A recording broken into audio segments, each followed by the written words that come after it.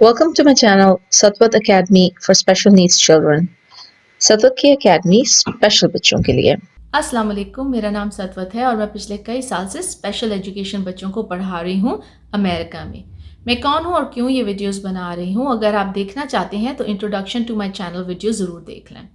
उसके अलावा भी और वीडियोस में से गुजर जाएं क्योंकि उनमें डेफिनेटली बहुत अच्छे टिप्स और टेक्निक्स हैं बच्चों के साथ काम करने के लिए, ना सिर्फ स्पेशल नीड्स बल्कि जो बच्चे बिहेवियर्स के जिनके चैलेंजेस होते हैं वगैरह, उनके ऊपर भी आपको कुछ काफ़ी अच्छी इन्फॉर्मेशन मिल जाएगी। तो चलिए आज जिस टॉपिक पे मैं बात करने जा रही हूँ वो एक्चुअली बहुत स्पेशल है और वो सब बच्चों के लिए है। हर बच्चा, हर इंसान एक्चुअली अगर दुनिया में देखा जाए तो उसकी बहुत सारी नीड्स होती हैं। जब लोग मुझसे कहते हैं कि हम लोग स्ट्रगल कर रहे हैं, घर के अंदर थोड़ा सा मसला है ये वो, तो सबसे पहले जो चीज़ सोचनी चाहिए वो उन चीज़ों के मुतालिक है जो आज हम बात करने लगे हैं। उसके बाद फिर और चीज़ें आ जाती हैं। फिर ज़ाहिर है हम लोग क्योंकि इंटरवेंशनिस्ट होते हैं, हमें पता होता है, एजुकेशन के बारे में पता होता है। जैसे मेरा तजर्बा बिहेवियर्स के साथ भी है बच्चों के, और उनकी और नीड्स के साथ भी है, और मैं कंसल्ट भी करती रहती हूँ पेरेंट्स के साथ फ्री में, कोई चार्जेस के साथ नहीं। मतलब क्योंकि मैं बहुत क्लियरली बताती हूँ कि मैं एक स्पेशल एजुकेशन टीचर हूँ, मैं साइकोलॉजिस्ट भी नहीं हूँ, स्पीच लैंग्वेज पैथोलॉजिस्ट भी नहीं हूँ, ऑक्यूपेशनल थेरेपिस्ट भी नहीं हूँ, लेकिन डेफिनेटली ऐसे आइडियाज़ हैं क्योंकि मैं इन लोगों के साथ इतना करीबी तौर पर काम करती हूँ। मुझे आइडिया होता है कि किस तरह से बच्चों की एक ओवरऑल नशोनुमा होनी चाहिए क्लासरूम्स में भी, क्योंकि जाहिर है स्पीच वगैरह के लिए बच्चे आधे घंटे को जाते हैं, मे बी हफ्ते में आधे घंटे को या ज़्यादा से ज़्यादा 1 घंटे को चले जाएंगे, लेकिन क्लासरूम में तो बच्चे हमारे पास बहुत बहुत घंटे रहते हैं। इसलिए आपका एक तजर्बा हो जाता है बच्चों के साथ काम करते करते। मगर फिर भी जब अगर आप लोगों के साथ काम कर रहे हो तो ज़रूर अपने स्पीच पैथोलॉजिस्ट, ऑक्यूपेशनल थेरेपिस्ट और अपने टीचर, अपनी टीम के साथ मशवरा कर लीजिए इससे पहले कि आप किसी भी मेरी चीज़ के ऊपर फॉलो करें। तो चलिए, जिस चीज़ के बारे में मैंने कहा था हम बात करेंगे वो है बच्चों की नशोनुमा, और फिर पेरेंट्स का थोड़ा बहुत रोल उसमें, कि पेरेंट्स के किस हालात में पेरेंट्स टीच कर सकते हैं अपने बच्चों को। वो पेरेंट्स के लिए क्या चीज़ ज़रूरी है कि उन्हें अपने लिए भी देखना होगा कि क्या हम इस वक्त तैयार हैं कुछ बच्चे को सिखाने के लिए, पढ़ाने के लिए। तो आज इसके ऊपर थोड़ा सा देखते हैं और ज़रूर सुनिएगा और गौर कीजिएगा कि क्या चीज़ें हैं जो आप बेसिकली अपने घर के माहौल में बदल सकते हैं। उसका फ़ायदा ये है कि एक बच्चे को बड़ा स्ट्रक्चर्ड माहौल मिलेगा जो एक हर बच्चे की नीड है। मुझे यकीन है कि बहुत सारे पेरेंट्स को ऑलरेडी ये बातें पता हैं, लेकिन जब आप ये सुनेंगे और फिर मैं बीच में स्पेशल नीड्स के बच्चों को रेफ़र करके बताऊंगी तो आपको थोड़ा बहुत और क्लियर आइडिया हो जाएगा। Hopefully you like this video, इसको लाइक कर दीजिएगा और अगर आप सब्सक्राइब करना चाहें कर लीजिए। तो चलिए ठीक है, देखते हैं एक बच्चे को क्या चाहिए उसकी पूरी तरीके से नशोनुमा होने के लिए, इसलिए कि वो उस चीज के लिए रेडी भी हो सके कि जहां वो जाके आगे फिर अपने और चीजें सीख सकता हो। तो हम देख लेते हैं। वो पहली चीज जो मैं आपसे बात करूंगी वो होगी बॉडीज बेसिक्स नीड्स। ये सब कुछ जो है ना थ्योरीज और इन चीजों पे बेस्ड है, लेकिन मैं उनके नाम इसलिए नहीं ले रही क्योंकि मैं हर एक को कंफ्यूज नहीं करना चाहती, बहुत बेसिक चीजें बताऊं। अब बॉडी की बेसिक नीड्स क्या होती है हर इंसान की सिर्फ जिंदा रहने के लिए। कभी सीखेंगे ना जब हम सही तरीके से हमारी ये वाली चीजें पूरी हो रही होंगी, जैसे कि हमें खाना खाने को मिल रहा होगा, रात को हम सो सकते हैं ढंग से, कोई जगह है जहां आराम से बच्चा सो सकता है, नहा सकता है, बाथरूम यूज कर सकता है और उसकी टॉयलेटिंग नीड्स मीट हो रही हैं, पानी पीने को है, साफ पानी। जहां पे बच्चों को, या जब मैं बच्चे कहती हूँ तो मैं अपनी एज के हिसाब से कह देती हूँ, बच्चे मेरे लिए 17 साल का भी बच्चा ही है, 18 साल का भी बच्चा ही है। तो इन सब के लिए ये बेसिक चीजें अगर नहीं होंगी तो बाकी चीजों पे वो फिर क्या तवज्जो देंगे। इसकी एग्जांपल मैं ऐसे देती हूँ कि जो मेरे पास क्लासरूम में बच्चे आते हैं, अगर उनके जब कुछ बच्चे मेरे पास इस तरह से आए थे जो अभी सही तरीके से उनके घर का माहौल नहीं था, बल्कि एक्चुअली उनके एक आध जो केसेस थे जहाँ पे वो अपने पेरेंट्स से ले लिए गए थे और फॉस्टर फैमिलीज में थे। कुछ उनके घर के मसाइल थे, एक आध बच्चा गाड़ी में 1-2 साल रहा था, तो बड़े किस्म के बच्चे होते हैं और उसका उसके ऊपर बहुत इफेक्ट था।